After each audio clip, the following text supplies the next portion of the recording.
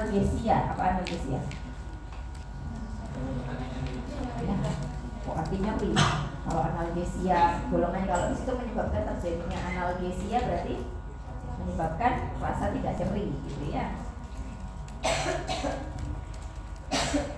Kemudian ada amnesia. Ya, walaupun amnesia di sini dimaksud yang sifatnya ya hanya pada saat itu saja gitu ya, pada saat itu saja. Rasa tidak nyeri. Kemudian kehilangan kesadaran. Nah, nggak hanya sampai situ, juga ada penghantaran sensor dan refleks otonom. Ya, jadi kemarin kita belajar sistem saraf otonom, di mana semua sistem saraf itu kan dikendalikan, hampir semua sistem organ itu dikendalikan oleh sistem saraf otonom. Ya, selain sistem saraf pusat juga gitu ya. Nah, maka dia sudah bisa dibayangkan gitu kalau dilakukan penghambatan ya pada sensor otonomnya, otomatis ya semua organ-organ yang berada di bawah koordinasi sistem saraf otonom akan terhambat kerjanya. Apa saja misalnya organ-organ yang ada yang di sistem saraf otonom? Organ apa saja? Jantung misalnya, kemudian pencernaan, pencernaan dan lain sebagainya. Ya, jadi ketika seseorang dianestesi semua organnya itu diangkat. Ya, semua fungsi organnya ya. Kemudian juga di sini ada relaksasi otot rangka. Jadi ternyata nggak hanya otot sistem saraf otonom ya. Nah, ini otot rangkanya juga dihambat juga dalam proses relaksasi. Kenapa dibuat relax?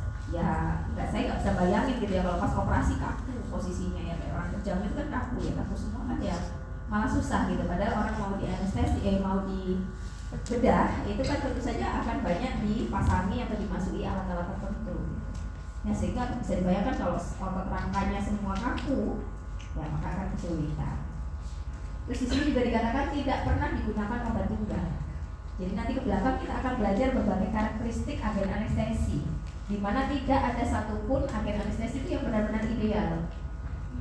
Ya, makanya kenapa tidak pernah digunakan secara tunggal. Jadi misalnya obat A nanti ada aja kekurangannya ya, kurangannya ini misalnya, maka kita tutupi ya dengan menambahkan obat B misalnya dan seterusnya. Nah, mungkin sebelum jauh kita bahas terkait organnya, terkait agen anestesinya. Mungkin ada di sini yang pernah punya pengalaman di bios total. Ada beberapa 3. Ya lumayan banyak ya, kalau di kelas teman juga banyak yang kelas sebelumnya cuma 1 orang. Mungkin nggak banyak yang bisa di-sharingkan gitu, karena cuma 1 orang. Ya, jadi mungkin kalau kalian ingat pada saat total itu untuk operasi yang terencana, terjadwal atau tidak? Kebanyakan terjadwal ya. Beda cerita kalau misalnya ada kasus kecelakaan atau apa, UGD kemudian saat itu juga harus dibawa ke operasi, nah itu beda. Seperti itu darurat ya. Tapi kalau untuk operasi terjadwal, apa yang harus dilakukan? Belum dapat jadwal biasanya. Belum dapat jadwal. Kalau puasa, jadwalnya masih bulan depan Anda mau puasa. Belum dapat jadwal. Biasanya harus dilakukan pemeriksaan di hampir semua poli. Iya enggak? Ya, Anda harus ke poli penyakit dalam, harus ke poli saraf, poli jantung semua. Untuk apa? Nah, untuk dapat aksesnya dokter spesialisnya. Kenapa kok perlu seperti itu? Karena kita harus memastikan bahwa ketika seseorang itu dibius total, ya, nantinya dia tidak ada masalah dengan organnya. Ya, jadi biasanya nih kayak hati dan ginjal. Kenapa hati dan ginjal penting? Kalau kaitannya dengan obat, apa sih fungsi hati sama ginjal itu?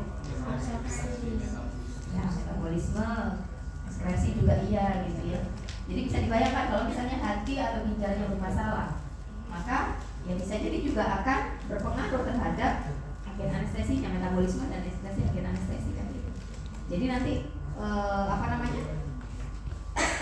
efektivitas dari agen anestesinya juga bisa terpengaruh. Makanya memang harus dipastikan dulu. Ini poli penyakit dalam, nah ini poli paru juga ternyata. Yang kita lihat bagaimana sistem respirasinya ada masalah kan? Karena kebanyakan nanti agen-agen anestesi yang digunakan untuk bius total itu rutenya inhalasi. Jadi lewat saluran nafas, sehingga ketika ada permasalahan di pernafasannya, ya pastinya nanti Tergantung ini ya, tergantung nanti, makanya butuh ACC dokter spesialisnya. Kalau misalnya ada kelainan, ada penyakit bawaan seperti itu, biasanya nanti ada rekom dari dokter spesialisnya akan seperti apa. Contoh misalnya, ternyata setelah hasil pemeriksaan di poli penyakit dalam, hatinya misalnya bermasalah, punya penyakit hati kronis, maka tentunya ada catatan khusus di situ, ya, ke spesialis anestesinya supaya dicarikan obat-obat yang sekiranya tidak berpengaruh ke hatinya, seperti itu. Ya, jadi intinya satu sama lain memang saling harus ini ya, saling komunikasi gitu ya, dari dokter spesialis penyakit jantung apalagi di sini. Nah, kalau misalnya jantung kita atau kardiovaskular kita tidak baik-baik, ada resiko-resiko ini. Ya, apalagi sistem saraf. Yang sistem saraf ini ya penting juga, karena apa? Ya, nanti kan agen anestesi kan kerjanya di saraf yang utama. Ya, dia akan menghambat proses penghantaran sinyal di saraf. Ya, sehingga ya kita harus memastikan dulu bahwa tidak ada masalah di sistem saraf. Seperti itu. Ya, nanti kalau semua sudah ACC ya dari dokter spesialis dari berbagai poli itu, baru kita biasanya mendaftar secara administratif ke poli bedahnya untuk dapat jadwal. Ya, dapat jadwalnya kapan? Misalnya baru nanti kalau sudah ditentukan besok misalnya hari ini biasanya harus kamar. Iya kak. Kan ya kamar, malamnya sampai Antri. operasinya selesai. Orang itu kan nunggu anestesi. Oke, kemudian ini untuk obat-obat terakhir tadi ya, ada yang disebut dengan pre-medikasi anestesi atau tadi pre-anestesi medikasi sama saja. Ya, intinya dia tujuannya kalau kita lihat di sini ya, untuk memudahkan kelancaran induksi, menenangkan pasien, mengurangi kecemasan. Ya pasti ya, kalau tahu misalnya dapat kabar Anda harus operasi apa gitu ya, kemudian nanti ini biosnya harus bios total, siapa yang nggak cemas? Ya pasti kepikiran kan ya, walaupun kadang cemas orang, tiap orang kan beda-beda. Ada yang kelihatan banget kalau cemas, gitu. Ada yang mungkin berusaha menyembunyikan, tapi sebenarnya di dalam dia cemas juga. Ya termasuk sama saya juga ya. Kebetulan saya pernah juga mengalami bios total itu ya, sudah direncanakan operasinya. Ya itu pasti kan ada ya gimana sih rasanya di bios total, gimana sih bios total itu gitu. Akhirnya kan kepo gitu ya, searching gimana sih bios total itu. Kebetulan saya belum ngajarin ini gitu ya, jadi cari-cari informasi, lihat-lihat di YouTube gimana sih proses bios total itu gitu ya. Nah dari sana mungkin ya itu cara saya untuk menenangkan diri ya. Tapi kadang-kadang orang yang nggak mau tahu justru gitu ya, kalau tahu nanti prosesnya malah ngeri gitu ya. Ya kalau saya sih senang gitu ya, lihat-lihat gimana sih proses anestesi gitu ya. Ya yang jelas ini ya tujuannya kemudian juga memperlancar proses induksi tadi, sama mengurangi efek samping yang mungkin nanti timbul. Ya artinya dia sebenarnya bukan agen anestesinya langsung, tapi membantu kerja dari agen anestesinya itu.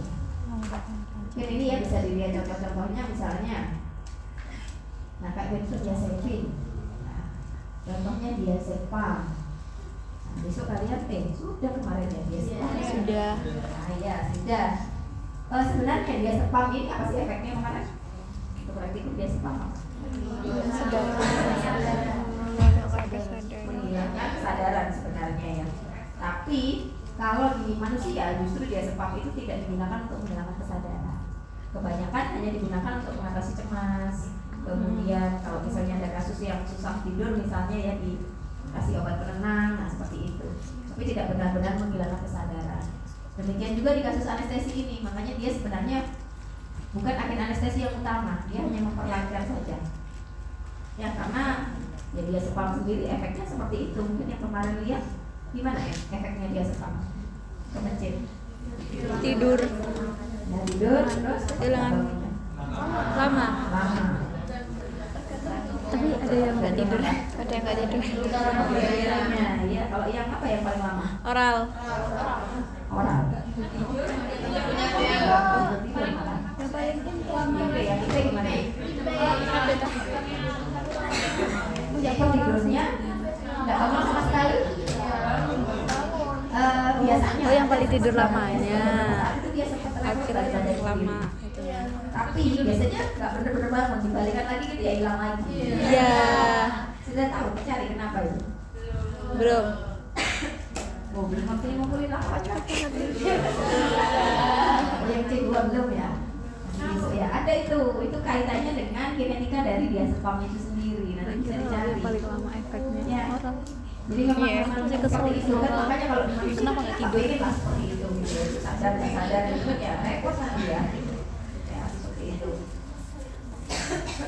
Kemudian ketiduran, nah, juga sama ya.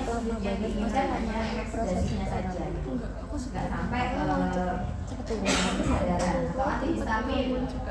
Kalau misalnya karena ada beberapa kasus itu pasien alergi sama agen anestesi tersebut, sehingga dikasih simetidin. Nah ini kalau orang-orang yang cemas biasanya kan ada yang dia terjadi peningkatan asam lambung, ya.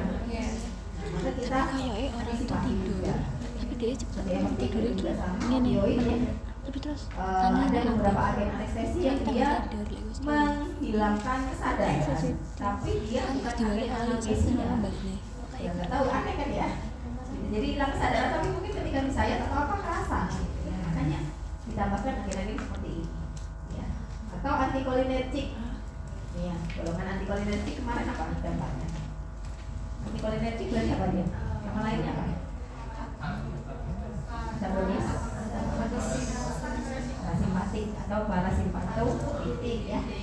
Jadi itu kalau contohnya nih ya, dia mencegah bradikardri dan sekresi cairan ke dalam saluran nafas. Kenapa kok dicegah? Ya karena ada yang tahu mungkin prosesnya ya. Ketika seorang mau dibius total kan dia dimasukin apa itu? Dimasukin ETT ya, dimasukin selang endotracheal tube gitu ya. Sebelum dimasukin endotracheal tube itu kan dibuka dulu ya saluran pernapasannya pakai yang kayak palu itu kan dibusi laryngoscope. Jadi didomakan jadi kemudian dibuka saluran nafasnya sampai kelihatan baru dimasukkan selang. Jadi kalau lihat prosesnya ya siapa yang nggak ngeri gitu kan ya. Ya seperti itu gitu ya. Nah sehingga memang ini diperlukan. Jangan sampai nanti malah terganggu di situ saking banyaknya sekresi cairan di sekitar saluran pernapasan.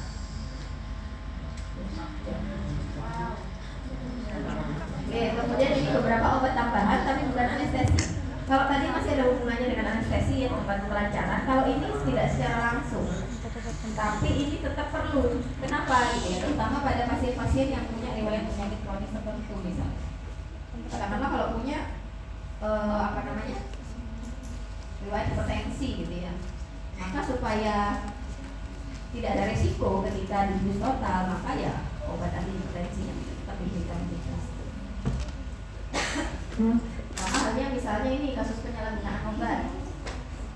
Nah, jadi kalau yang pecandu alkohol pasti dia akan dibedakan gitu dosisnya dengan yang mungkin yang tidak bukan pecandu gitu ya, karena di sini dikatakan sangat toleran terhadap anestesi.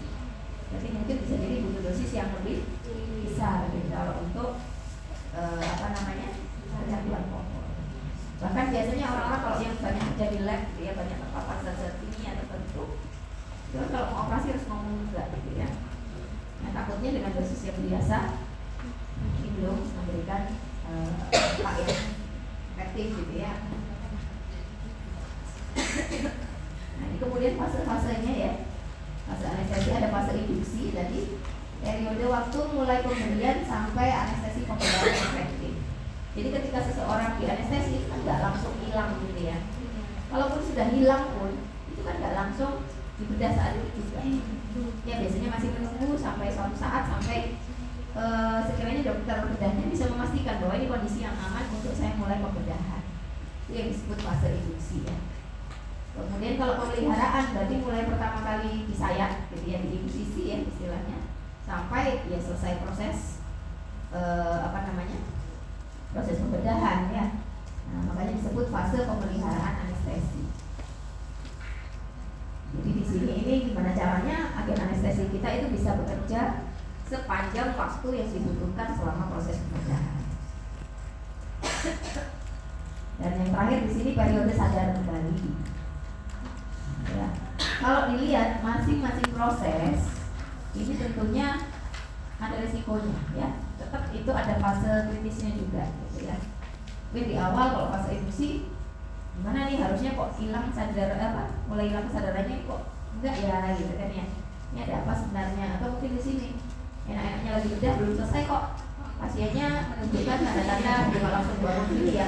Pastinya kan dari monitor itu kelihatan sebelum pasiennya benar-benar sadar, pastinya kan sudah bisa terbaca dulu ya, loh ini kok arahnya kok mau sadar gitu, maka bisa segera diantisipasi kayak gitu. Atau di periode sadar kembali ini juga kritis gitu ya, karena apa? Nah, takutnya nggak sadar-sadar, harusnya waktunya sadar, tapi kok belum sadar juga. Ya sehingga kalau Anda lihat mungkin ya, kalau masih ingat mungkin kondisi ruang OK ya, atau ruang OK gitu ya, di situ OK ya, maksudnya OK kamar operasi gitu, sebenarnya nggak tahu disebut OK.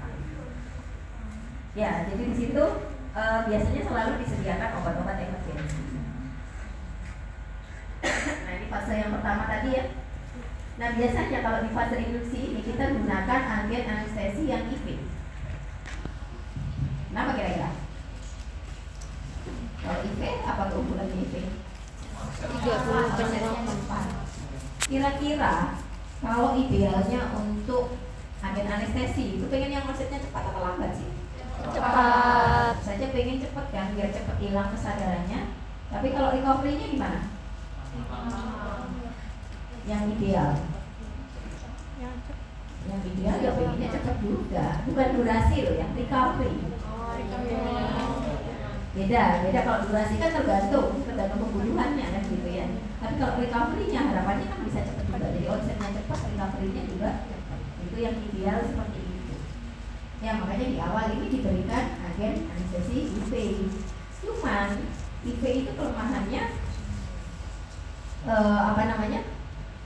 durasinya itu tidak bisa kita kontrol kadang-kadang. Kalau sudah IV ya obat masuk semua, ya sudah. Kita nggak bisa istilahnya nggak bisa sewaktu-waktu misalnya mau menambahkan dosis ya bisa sih memang diinjeksi ulang gitu, tapi kan terlalu repot kalau seperti itu. Makanya jarang sekali kalau di fase pemeliharaannya nanti pakai RTP. Ya, justru di fase pemeliharaan nanti kita gunakan yang gas. Ya, jadi gas. Kenapa gas nanti agak berbeda. Ya, ini induksi dulu ya. Nah, biasanya ditambahkan ini ya, inhalasi. Dilakukan pemberian tambahan untuk inhalasi. Nah, untuk memperoleh kedalaman anestesi yang diharapkan. Ini stadium 3. Induksi itu untuk mencegah stadium 2 delirium. Apa itu nanti di slide berikutnya ada. Intinya di stadium 2 ini adalah fase atau stadium yang tidak menyenangkan itu selama proses anestesi. Nah, ditambahkan juga ini pelepas otot rangka biasanya yang tadi saya bilangnya. Nih kalau ada mau lihat prosesnya ya seperti ini ya. Jadi dibuka dulu saluran pernapasannya pakai laryngoscope ini ya. Kemudian nanti baru dimasukkan endotracheal tube ini. Ya, selang ke trachea, saluran nafas kita. Nah, ini kalau nggak lemas orangnya, kalau kaku nanti ya susah juga gitu ya. Oke, kemudian untuk pemeliharaan, ini ya. Pemeliharaan ini selalu dimonitor tanda-tanda vitalnya. Ya, supaya apa ya ini? Supaya kita bisa melihat gitu bagaimana kira-kira apa yang diperlukan ini masih prosedurnya kira-kira masih lama enggak, masih diperlukan tambahan agen anestesi enggak, atau sudah cukup selesai seperti itu. Ya, nah di fase ini digunakanlah agen anestesi yang berupa gas atau senyawa-senyawa volatil yang juga menguap. Ya intinya tetap gas ya, karena kan yang diambil uapnya gitu ya. Kemudian ini periode sadar kembali. Ya, kebalikannya dari induksi tadi. Tetap di sini kita monitor juga reaksi toksik yang mungkin terlambat atau kembalinya kesadaran pasien. Nah, bisa jadi nggak sadar-sadar kenapa? Oh, ternyata setelah dicek dia mengalami difusi hipoksia misalnya, karena penggunaan nitrogen oksida misalnya. Ya, tapi ini biasanya kan bisa terdeteksi gitu ya, monitor itu, jadi nggak perlu khawatir. Atau mungkin ada tanda-tanda hepatotoksisitas nih di pasiennya gitu ya. Nah, ini yang tadi saya sebutkan ya. Jadi kita bicara tentang tahap kedalaman anestesi. Ada 4 stadium di situ. Kalau kita lihat di stadium 1 ini tahap analgesia. Jadi tahap di mana kita mulai tidak merasakan nyeri. Jadi kalau misalnya sadarnya sadar masih pasiennya mungkin, tapi ketika dicubit atau diapakan sudah nggak terasa. Ya, kemudian ke stadium 2 ini tahap eksitasi ya. Atau kalau kita lihat di sini nih ya. Ini analoginya digambarkan dengan combative behavior. Ya, jadi walaupun sebenarnya anestesi itu tujuannya kan menginhibisi saraf ya. Nah ya, tapi pada prosesnya gitu ya, pada prosesnya kita tidak langsung bisa menghambat begitu saja. Ada fase eksitasi yang terjadi di situ. Makanya harapannya dengan fase induksi tadi itu proses dari stadium 1 ke stadium 3 itu bisa smooth. Kalau bisa malah kita lompati fase 2 ini, stadium 2-nya. Jadi nggak sampai merasakan itu. Ya mungkin karena kalian belum merasakan bedah ya, jadi fase eksitasi itu mungkin besok bisa lihat ya. Jadi kalau kita bedah kan kebetulan kita belum punya alat khusus ya untuk pembiusan untuk hewannya. Jadi tinggal dimasukkan ke dalam chamber gitu ya, toples. Nah nanti toplesnya sudah dijenuhkan dulu dengan anestesi ya, biasanya kita pakai kalau nggak klorofometer ya. Kalau nggak ada baunya besok berarti pakai kloroform itu hati-hati ya, bisa pakai masker semua ya. Ya, jadi kalau ketika dimasukkan pertama kalinya kemudian ditutup seperti itu kan ada fase di mana dia berontak, ya. Ya kan pasti pencetnya atau tikusnya dia akan berontak. Itulah yang disebut dengan ya, stadium 2. Makanya kalau di manusia kan nggak pengen kita seperti itu, gitu ya. Kalau kalian lihat mungkin di film-film gitu ya, ada pembiusan gitu ya, misalnya dibius yang dibekep gitu ya, dibuka dari belakang ditutup pakai sapu tangan atau apa gitu kan. Pasti ada fase di mana dia berontak, itu ya fase eksitasi seperti itu. Nah kalau pas pembedahan kan ya nggak pengen kayak gitu kan ya, jadi pengennya kan smooth. Jadi dari stadium 1 sebisa mungkin langsung lompat stadium 3 gitu ya. Tapi jangan sampai ke stadium 4, itu sudah kebablasan kalau stadium 4. Nah ini beberapa tanda ya, apa sih yang terjadi di masing-masing stadium. Nah, kalau tadi yang pertama stadium 1 ini kesadaran masih plus ya, masih ada, tapi nyerinya sudah tidak ada. Pernapasan masih normal. Nah kalau stadium 2 kenapa harus dihindari, ini yang terjadi. Sudah nggak sadar pasiennya, sudah nggak nyeri, tapi dia eksitasi. Ya. Terus pernapasannya jadi nggak teratur, bola matanya bergerak, gitu ya, tachikardia ya, tachikardia itu apa? Peningkatan detak jantung gitu ya. Nah, kemudian tekanan darah juga meningkat. Ini kan kondisi-kondisi yang tidak menyenangkan, tidak diharapkan. Ya, syukur-syukur bisa langsung ke stadium 3 ini. Jadi hilang semua, terus pernapasannya mulai teratur. Ini juga tadi rangkanya sudah mulai rileks juga. Nah, tapi ini belum selesai ya. Nah, baru kalau sudah sampai di stadium 3 di tahap kedua ini, di fase kedua ini, di mana di sini pernapasannya sudah dominan pernapasan perut ya. Jadi toraknya abdomennya yang meningkat. Nah, dan di sini juga sudah relaksasinya sudah bagus. Ya, disitulah fase ideal seorang dokter bedah itu memulai proses insisi biasanya. Waktu di 2. Dan kita upayakan pasien tersebut selalu dipertahankan di fase ini. Kalau sudah kelewat, ini kan kalau dilihat misalnya dia ke stadium 3 stadium 3 fase 3 misalnya. Nah ini kan mulai ada fibrillasi, mulai ada tachikardia kan kelihatan di monitor. Berarti gimana caranya ya dikondisikan supaya dia bisa balik ke fase 2 seperti itu. Jangan sampai ke 4. Kalau dia 4 ini kita lihat ya, sudah nggak ada semua. 3. Stadium 3 yang kedua. Semakin fibrillasi bahaya. Kalau sini bisa jatuh ke dalam kondisi koma.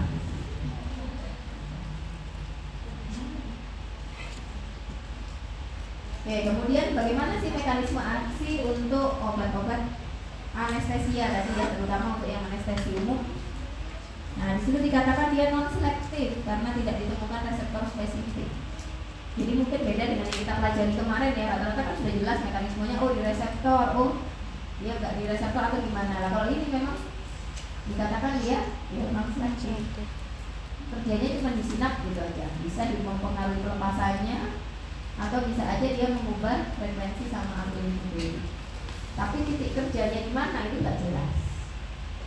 Ya, seperti itu.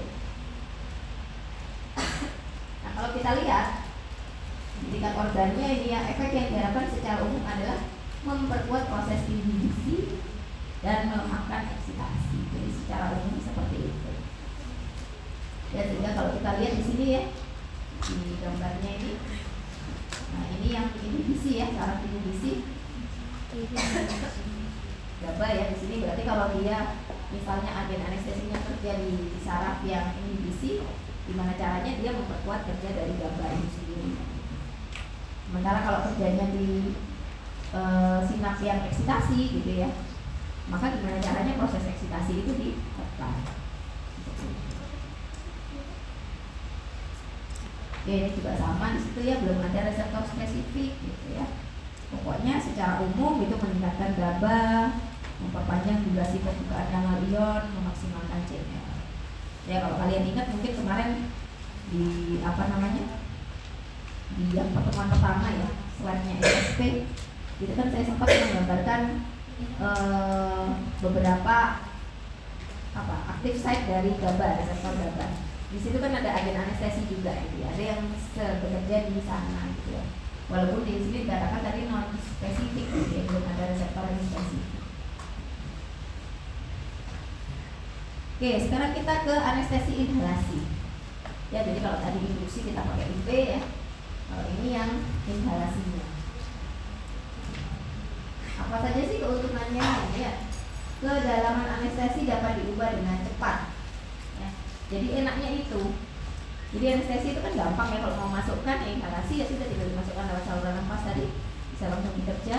Kalaupun dia mau diakhiri gitu kerjanya ya sudah bisa langsung ditarik gitu dari dalam tubuh. Ya bisa langsung dibebaskan begitu. Tapi kalau IV kan nggak mungkin, IV kan sudah terlanjur masuk ke sirkulasi sistem, ini gimana nariknya kan nggak bisa.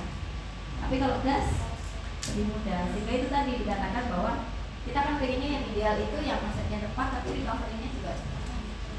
Ya offset cepat mungkin bisa didapat dari tadi pemberian agen produksi tadi ya IV. Nah nanti untuk recovery-nya cepat ya pakai yang dikasih. Biar cepat nanti nariknya dari dalam.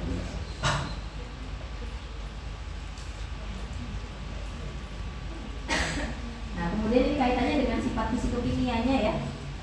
Jadi mulai dari potensinya, kaitannya dengan parameter MAC. Mungkin kemarin ingat ada parameter, kalau di materinya Bu Diana kemarin ada parameter apa namanya? MEC, apa MEC?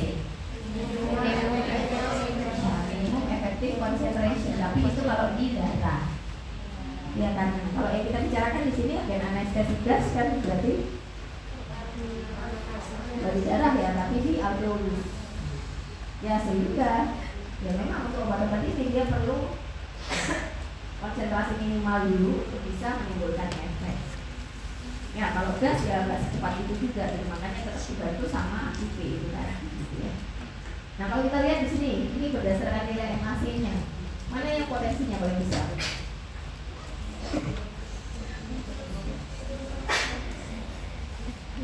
Mana yang paling besar? Ya?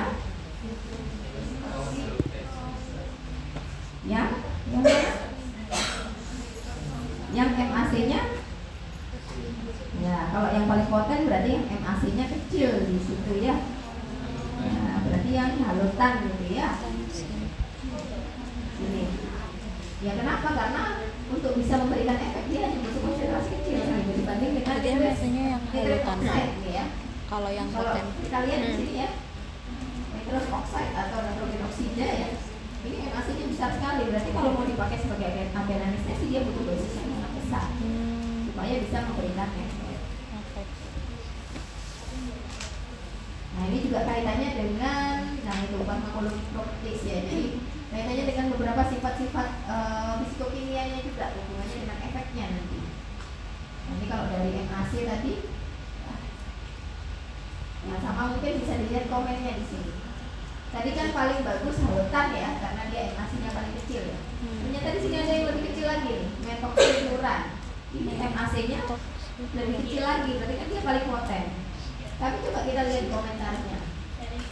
Very slow onset and recovery. Berarti kalau pakai itu, ya kalau onset bisa diatasi dengan tadi ya induksinya, ya induksi IV. Tapi kalau recovery-nya, nah ini agak susah. Terus juga di sini ada 70% fluoride ya metabolismenya. Jadi pada saat di metabolisme dia banyak menghasilkan ion fluoride itu gitu ya. Apa dampaknya fluoride ini? Dia toksik ke ginjal. Ya, sehingga ya dihindari tentu saja pada pasien-pasien yang berisiko atau yang ginjalnya bermasalah. Nah kira-kira kalau dilihat dari sini mana nih yang paling ideal ya? halutan. Yang mana yang paling ideal? Halutan. Ini medium rate and limit of oneself yang kita perlu. Tadi kita pengennya yang apa? Bisa mungkin yang onsetnya cepat, kemudian recovery-nya juga cepat. Nah, itu hanya ada di nitrous atau nitric oxide. Tapi di sini kalau kita lihat dia dikatakan bahwa dia merupakan anestesi yang incomplete. Mungkin karena saking besarnya dosisnya itu ya. Jadi tetap butuh agen tambahan kalau kita mau pakai nitric oxide di sini. Nitrous oxide. Kira-kira yang mana kalau mau dipilih?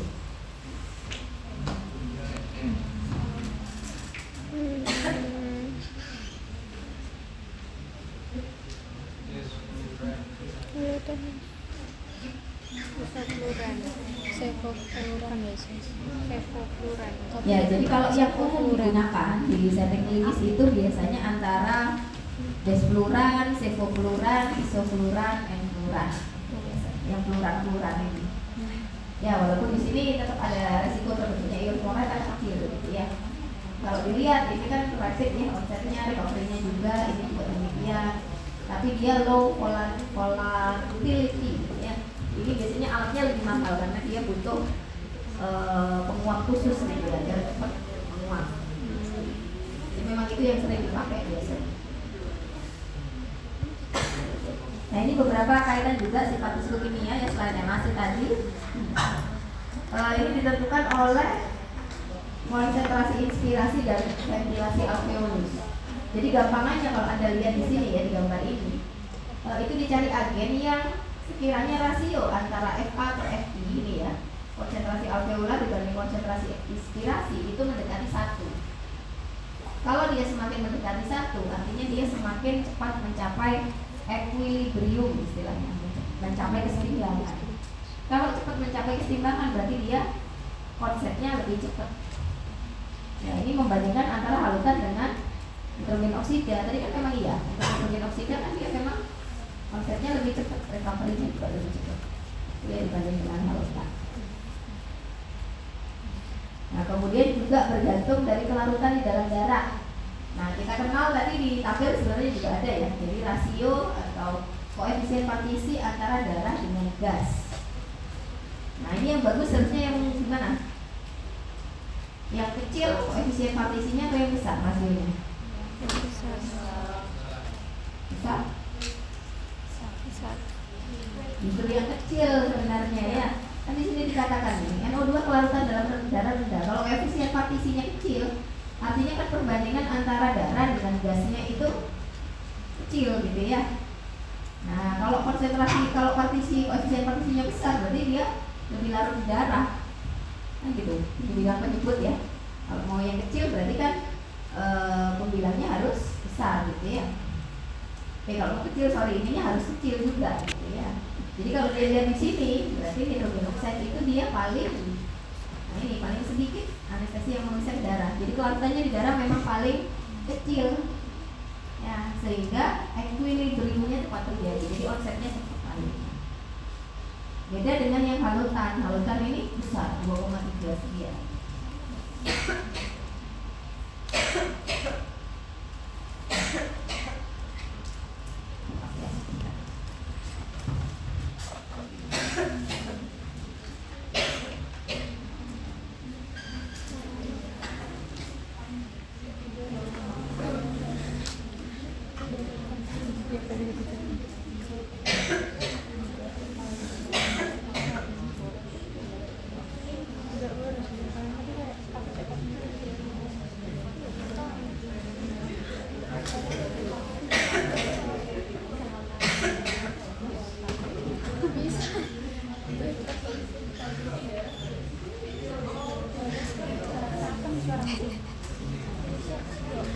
Ya, saya kembali lagi ya.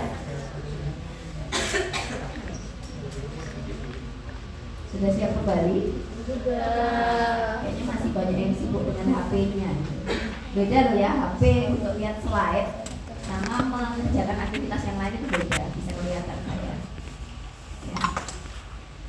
Oke. Ya, kita kembali lagi ya. Jadi kalau halutan di sini Larutan dalam darahnya tinggi, koefisien partisinya juga tinggi, perbandingan antara darah dengan gasnya dia lebih tinggi. Sehingga kalau dia larutannya di darah lebih tinggi, maka dia akan gampang misah di darah. Jadi mau nyampe ke ini ya, mau nyampe ke waktu equilibriumnya itu justru lama. Jadi onsetnya dia akan lama. Terus kaitannya dengan ambilan jaringan. Nah di sini untuk mencapai steady state atau equilibrium tadi ini bergantung pada aliran darah ke jaringan. Jadi kalau perfusinya makin cepat, maka dia biasanya makin cepat juga mencapai kesetimbangan. Jadi kayak organ-organ otak, hati itu ya, jantung itu karena perfusinya tinggi dia cepat seimbang. Tapi kalau misalnya seperti ini sudah perfusinya rendah, volumenya besar lagi, sama kayak ini. Ya, sehingga justru di sini di organ-organ ini itu susah sekali untuk ini ya, untuk equilibrium seperti itu. Dan konsepnya pasti lama. Kemudian kaitannya dengan pembersihan atau rush out. Tadi ya periode ini biasanya kalau di klinisnya, setting klinisnya ini ke periode recovery-nya. Jadi makin cepat ya onsetnya biasanya recovery-nya juga cepat. Tapi kalau kalau onsetnya lama, umumnya nanti recovery-nya juga akan lebih lama. Jadi berbanding lurus kalau kita lihat di sini. Oke, kemudian ini karakteristik atau perbedaan dari beberapa agen inhalasi ya. Mulai dari, makanya tadi kan saya bilang selalu di awal nggak ada agen anestesi itu yang benar-benar ideal ya. Sekalinya ideal seperti nitrous oxide tadi ya, pengennya rapid onset, rapid recovery, ternyata dia ya emasinya besar sekali gitu, gak poten gitu ya. Atau misalnya kalau ini mau dibandingkan antara halutan, enfluran sama isofluran. Halutan ini terkenal dengan hepatotoksiknya. Ya. Kalau enfluran, isofluran tadi ke ginjal ya. Cuman emang nggak terlalu besar sih dampaknya. Cuman ini kalau kita lihat di sini, padahal pinginnya kalau misalnya kita berikan agen anestesi itu pinginnya semua kan ditekan gitu. Di sini malah ini malah ditingkatkan, jadi seperti itu. Jadi selalu saja ada kekurangan dari tiap-tiap agen anestesi. Nah efeknya apa saja? Ya itu ya ke kardiovaskuler. Kalau tadi di awal dikatakan semua organ yang berada di bawah koordinasi saraf otonom ya akan ditekan ya, pasti kardiovaskuler fungsinya juga akan ditekan. Kalau fungsinya ditekan apa dampaknya ini? Nah, jantungnya pasti akan menurun, fungsi otot jantungnya juga, konsumsi oksigennya juga menurun. Pernapasan juga gitu ya, paru-parunya volume tiganya diturunkan, tapi kecepatan pernapasannya ini kompensasinya biasanya. Nah di sini ada yang ini juga menekan fungsi mukosiliari. Jadi makanya kenapa sih operasi itu harus dilakukan di ruang steril? Ya, salah satunya karena ini fungsi mukosiliari. Apa sih fungsi mukosiliari itu? Di saluran nafas. Tapi untuk pembersihan, ya. Jadi pembersihan kuman bakteri yang masuk pertama ya, yang menghadapi pertama ini. Kalau misalnya fungsi mukosiliarinya itu ditekan, maka otomatis kan resiko infeksi itu besar. Ya apalagi kan tadi saluran nafasnya kita buka gitu ya. Kemudian kita masukkan alat juga dari luar. Ya bagaimanapun kalau kita masukkan alat dari luar ke dalam tubuh itu kan resiko infeksinya besar. Hanya harus dikerjakan di ruang yang steril dengan perawatan yang steril karena ini fungsi tubuh ditekan. Jadi kalau ada bakteri atau kuman yang masuk, kita akan sulit, ya. Akan sulit untuk melawan gitu ya tubuhnya. Termasuk otak juga ya, fungsi otak di sini metabolisme otak ditekan, ginjal juga, liver, uterus juga demikian, ya termasuk saluran cerna juga. Makanya tadi kalau ada yang mungkin tadi kan saya tanya ya, kenapa sih kok harus puasa? Kenapa kira-kira? Ya, kaitannya dengan itu tadi juga saluran cerna juga, saluran cerna juga fungsinya ditekan gitu ya. Jadi sebisa mungkin memang nggak ada makanan. Kalau ada makanan di situ kan berarti kita memaksa saluran cerna kita untuk bekerja lebih keras. Padahal ya anestesi tujuannya untuk menekan itu. Jadinya kan malah kalau ada makanan ya malah tertahan di situ. Ya bisa aja nanti malah ganggu proses pembedahannya. Pembedahannya di saluran cerna misalnya malah gagal-gagal gitu. Makanya memang harus puasa. Dan mungkin kalau kalian ingat nih yang pernah rasakan mungkin setelah sadar Apa boleh langsung minum makan? Nggak boleh. Ya, kalau minum mungkin masih boleh ya minum, tapi biasanya air putih ya, air biasa itu ya. Karena saya sendiri dulu waktu sadar gitu ya, langsung yang kepikiran tuh haus banget, kemudian di sini sakit gitu ya. Kayak yang mungkin karena itu ya, pakai laringoskop itu yang mungkin kena sodok-sodok atau gimana gitu ya waktu masukkan DTT-nya juga gitu ya. Jadi ketika bangun itu saya kok gak enak ya di sini, terus saya ingat ketika prosedur ya, karena saya pernah lihat-lihat di YouTube itu ya, oh ya mungkin pada saat itu gitu ya, nggak tahu juga. Nah itu ya, haus kemudian lapar ya, untungnya kalau haus boleh minum, cuman kalau makan itu kan nggak boleh langsung. Kenapa? Harus nunggu apa biasanya? Mungkin ada yang pernah dengar harus nunggu apa? Apanya habis? Loh, sudah biusnya sudah habis, sudah sadar, tapi kan nggak boleh langsung makan biasanya. Kalau katanya orang dulu nunggu apa? Ya nunggu kentut. Kenapa kira-kira? Iya, itu sebenarnya ada alat penjelasan ilmiahnya juga gitu ya. Kenapa kok harus nunggu kentut gitu ya? Artinya dengan ketika Anda kentut itu kan berarti proses metabolismenya di saluran cerna itu sudah mulai lancar gitu, saluran cernanya sudah mulai bisa bekerja secara optimal gitu, sehingga ya pada saat itulah boleh makan.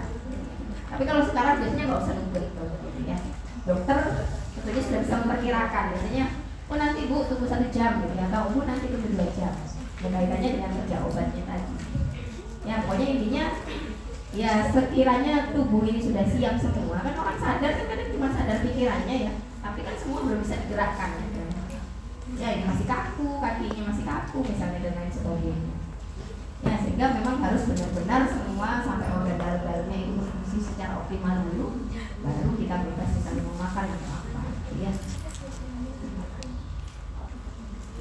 Nah ini kaitannya dengan toksisitas tadi sudah saya singgung ya, hepatotoksik dan protoksik. Ada juga yang ini ya, tapi jarang sekali ini ya, sampai ke mutagenis, karsinogenis, karena kan ambil anestesi kan tidak digunakan jangka panjang ya, macam pakai aja gitu ya. Atau ini yang apa namanya, ini kejadiannya jarang juga, tapi ini resiko yang paling fatal biasanya. Tapi biasanya terkait ini. Ya, ototnya jadi kaku, tarik-tariknya hipertensi ya. Kondisi-kondisi yang memang tidak diinginkan. Nah, kemudian ini sekedar hanya buat pengetahuan saja ya. Jadi coding itu ya di sini mau menunjukkan kalau masing-masing agen anestesi itu punya ciri sendiri gitu ya. Punya warna yang beda-beda, ini menunjukkan agen anestesi apa sih yang ada di dalamnya ini. Ya, kalian lihat di sini ya, kalau yang ungu ini isofluran ya. Yang kuning ini sevofluran. Ini yang tadi ya, yang dia butuh yang volatilnya rendah tadi, sehingga butuh vaporizer khusus seperti itu kan. Kalau dilihat kan beda gitu. Ini apa? Nah ini yang untuk enfuran. Kok enfuran nggak sih? Enfuran itu yang orange. Lali. Nah jadi mungkin kalau pas kebetulan ada yang mau operasi gitu ya, pas tolak-tolak di ruang operasi itu kelihatan botol-botol ada warna kayak gini, oh itu toh ada inhalasi kan. Ya. Mungkin kan. Kalau saya kepo gitu ya, dulu di ruang operasi saya kepo juga gitu, pengen tahu saya dikasih apa gitu ya, itu mesti saya tanyakan. Ya. Jadi di awal-awal dikasih apa Pak? Itu dikasih apa? Itu repot banget. Tapi biasanya pengen tahu juga gitu. Akhirnya mungkin orangnya juga ini ya kok pengen tahu gitu ya, dari kesehatan gitu biasanya seperti itu sih. Kita biasanya kalau banyak tanya di rumah sakit kan gitu ya. Ya, pasti biasanya dengan kesehatan ya. Banyak-banyak tanya. Karena kalau orang sosial kan nggak banyak tanya, ngapain aja terima. Seperti itu. Yang biru juga. Ya, jadi gitu ya. Oke, kemudian ini yang IV. Kalau tadi kita sudah spesifik membahas yang inhalasi ya, yang gas. Sekarang yang IV. IV kan tadi digunakan untuk penginduksi ya. Nah, untuk kasus-kasus tertentu ini bisa menggantikan penggunaan anestesi inhalasi. Ya, terutama kalau misalnya mungkin operasinya durasinya nggak terlalu lama, mungkin masih bisa. Tapi kalau untuk yang durasinya lama, kemudian nggak bisa diprediksi selesainya kapan gitu ya, itu mungkin lebih amannya gunakan gas. Nah, kecuali pada anak-anak. Kalau anak-anak tetap prefer yang gas ya. Ini golongan barbiturat tadi ya. Barbiturat yang digunakan digunakan kalau dulu tiometal ini ya, tapi sekarang sudah jarang, sekarang banyak pakai protokol. Benzodiazepin, nah ini bukan diazepam mana yang digunakan ya, lorazepam atau midazolam. Kalau diazepam jarang sekali gitu ya. Nah, ini kemarin antidot ini juga sudah kita singgung ya. Mati aja ini opioid. Nah kalau opioid itu kan dia agen analgesik kuat. Jadi kalau untuk agen-agen anestesi inhalasi yang mungkin dia nggak punya efek analgesi ya bisa ditambahkan opioid. Contohnya kayak tadi nitrogen oxide, ya kan dia nggak punya efek analgesi ya kan, makanya ditambahkan dengan morfin. Ya tapi morfin sekarang jarang digunakan, penggantinya adalah fentanyl. Kemudian golongan neuroleptik anestesi.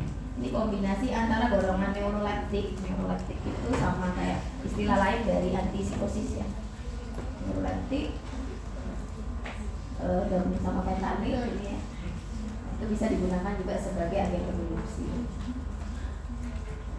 Nah, tapi hati-hati kontraindikasinya. Soalnya kan saya jelasin ya hubungan antara Parkinson ya sama schizofren seperti itu ya.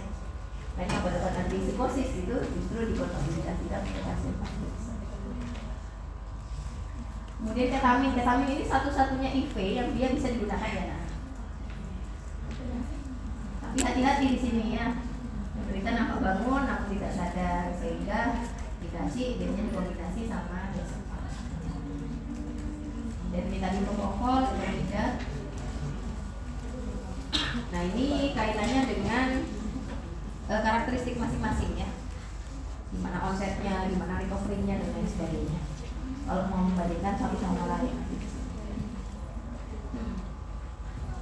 Oke, ini beberapa contoh agen anestesi ya. Ini mungkin yang sering digunakan ini propofol. Jadi khas dia warnanya kayak putih susu. Biasanya kalau pakai propofol ini kayaknya nggak sampai 25 detik ya tadi ya. Paling 10 detik sebelum. Bahkan saya dulu ya itu ya. Lagi kemonya kan semua saya tanyakan ya, dikasih apa gitu ya. Waktu itu dikasih Mastoraxan ya, golongan apa itu ya, Pasonium dan lain-lain sebagainya itu ya. Nah dikasih itu aja sudah saya kayaknya mulai merem gitu ya, kayaknya mulai relax, mulai hilang-hilangan gitu. Jadi saya nggak sempat lihat saya dikasih propofol gitu ya. Biasanya ada yang bisa sampai lihat dikasih propofol itu nggak lama hilang. Oke, ini juga sama, ini perbandingan masing-masing agen anestesi ya, baik itu yang inhalasi maupun IV ya. Kaitannya dengan keuntungan atau kerugian masing-masing. Aku ntar lagi mau ngambil. Terus ini yang lokal. Dulu kalian langsung ke pusat. Lokal pernah semua ya? Pernah merasakan? Di tindakan apa biasanya kalau lokal? Cabut gigi. Jangan gigi, apalagi selain gigi. Jahit. Pasti pernah ya? Nah ya, apa lagi? Sesar juga ya kan? Kalau sesar itu lokal atau total? Lokal.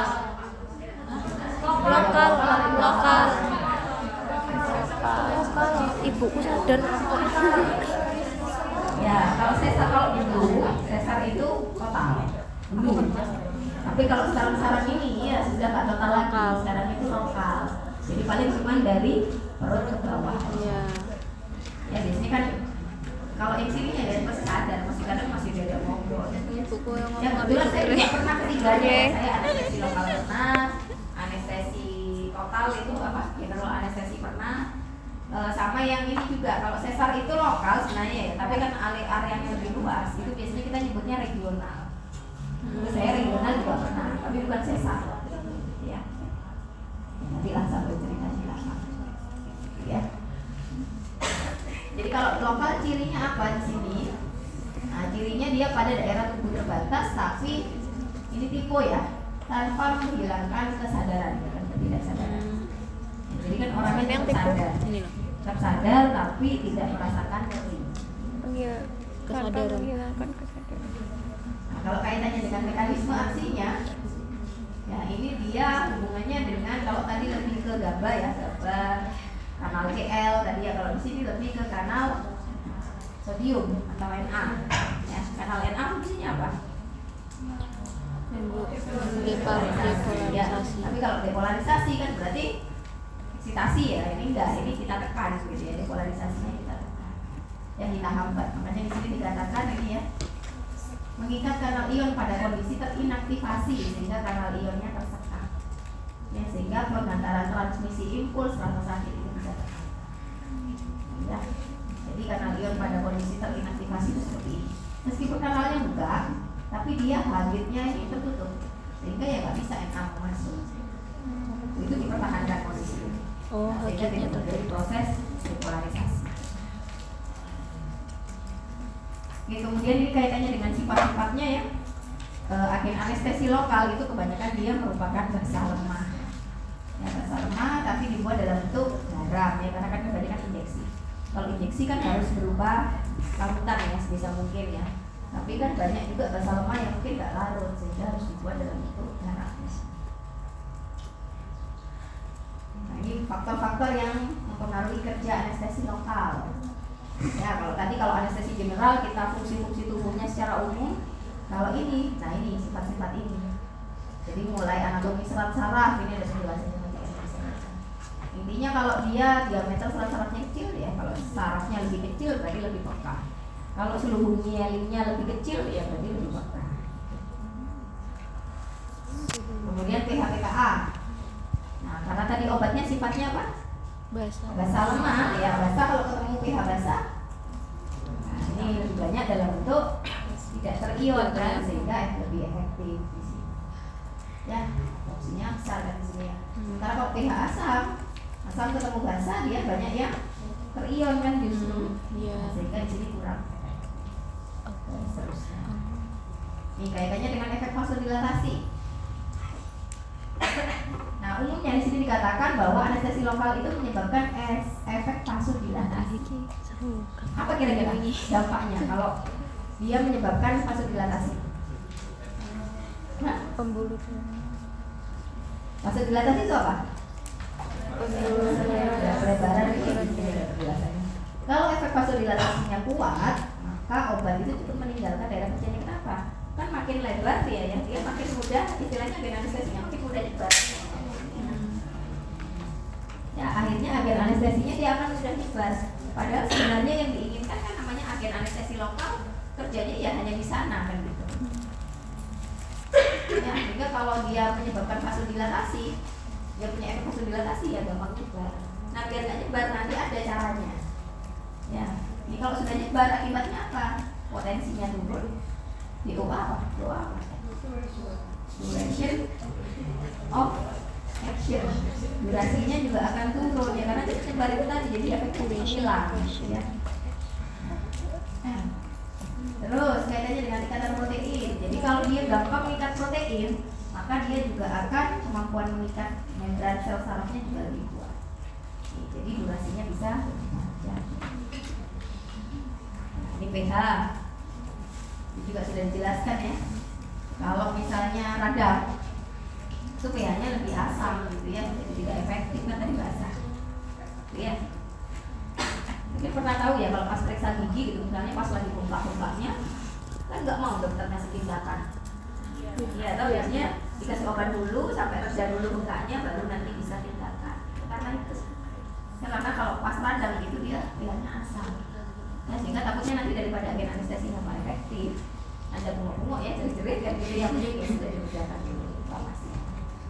Ya.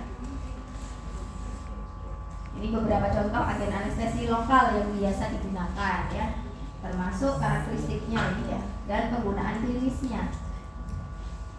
Nah, kalau ini misalnya kayak lidocain, ini dia durasinya singkat ya, jadi bisa digunakan untuk operasi-operasi yang operasi singkat. Tapi kalau misalnya kayak sesar tadi, ya nggak bisa pakai lidocain, dia harus pakai ini bupivacain. Ini karena dia panjang ini ya, durasinya 2 sampai 4 jam. Ini kalau procain ini singkat juga, ini lumayan agak lama. Ya, tapi ya itu tadi ada tetap aja ada apa namanya, ada efek sampingnya, ya. Ada kekurangannya gitu ya. Nah, kemudian bagaimana sih cara-cara pemberiannya untuk agen anestesi lokal itu ya? Lokal itu nggak melulu harus disuntik kan gitu ya.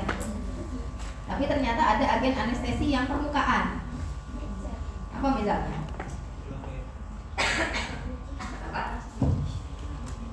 Apa itu? Kalau yang permukaan itu gimana berarti? Ya misalnya bisa bentuk salep atau bentuk spray gitu kadangnya, itu hanya di permukaan mukosa. Atau misalnya kayak obat tetes telinga, itu ada lidokainnya ya, seperti itu juga hanya untuk mukosanya saja. Ya, jadi dia hanya diberikan di permukaan, nggak perlu diinjeksikan. Ya, atau ada yang sifatnya dia infiltrasi, berarti ini diinjeksikan. Ya, misalnya ini injeksi subkutan. Nah, tapi biasanya kalau injeksi ya ini harus digunakan vasokonstriktor. Terutama kalau dia bisa menyebabkan vasodilatasi yang kuat. Sehingga tadi ya dampaknya ya kalau vasodilatasi dia kan cepat nyebar, makanya ditambahkan dengan agen vasokonstriktor biar tertahan di area itu saja. Ya. Atau ada juga mungkin yang diberikan secara IV. Nah kalau IV gimana biar tetap bertahan lokal gitu kerjanya? Nah biasanya dibantu dengan penggunaan tourniquet. Ya. Kayak sabu itu loh, kayak kalau misalnya mau ngambil darah itu ya, harusnya disampaikan dulu ya. Seperti itu. Jadi harapannya apa? Harapannya sekalipun IV tapi dia tetap tertahan di situ, nggak sampai masuk ke sirkulasi sistem.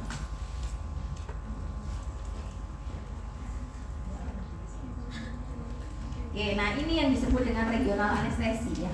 Jadi kalau kita lihat sebenarnya regional anestesi itu masih masuk yang lokal, tapi karena areanya lebih luas, maka kita menyebutnya sendiri biasanya regional anestesi. Tekniknya dengan blok saraf. Ya, bisa epidural, bisa spinal. Kalau spinal itu ya berarti di sini ya, di spinal block sini ya, di cairan cerebrospinal ya. Tapi kalau epidural ya di samping sini. Bedanya kalau spinal itu biasanya 1 kali pemberian. Kalau sekiranya operasinya bisa diprediksi dan itu singkat, pakai spinal. Kayak saya dulu spinal suntik yang sakit ya. Beda dengan IV, kalau suntik di sini tuh sakitnya ya. Ya seperti itu. Ya biasanya kan sudah apa ya saat nomor berapa gitu ya, sehingga yang mati rasa, nah bagian mana sampai mana ya, biasanya memang dari perut sampai ke kaki. Atau kalau misalnya butuh prosedur yang lebih panjang, lebih lama, atau mungkin khawatir tidak bisa diprediksi ini lamanya, maka kita gunakan yang epidural. Kalau epidural di sini kita masukkan kateter, jadi nggak langsung injeksikan obatnya tapi masukkan kateter. Nah biar nanti kalau ada apa-apa di tengah, misalnya bisa tetap diinjeksi dari luar. Jadi misalnya, oh ini ternyata 2 jam nggak selesai ya, padahal kerja obatnya ini sudah hampir selesai, jadi tambahkan lagi. Tapi nggak diinjeksi lagi karena masih ada selang yang tertinggal di sini. Itu bedanya. Oke, sampai sini ada yang mau ditanyakan?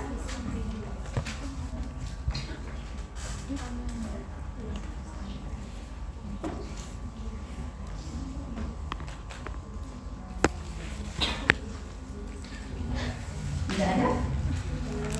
Oke, kalau tidak ada berarti bisa saya akhiri ya perkuliahan pada hari ini. Kita ketemu lagi minggu depan. Langsung UTS ya. Silakan dipersiapkan baik-baik. Sama mau dicek lagi ya, yang tadi sepertinya ada beberapa yang belum presensi. Akan presensi. Ada presensi.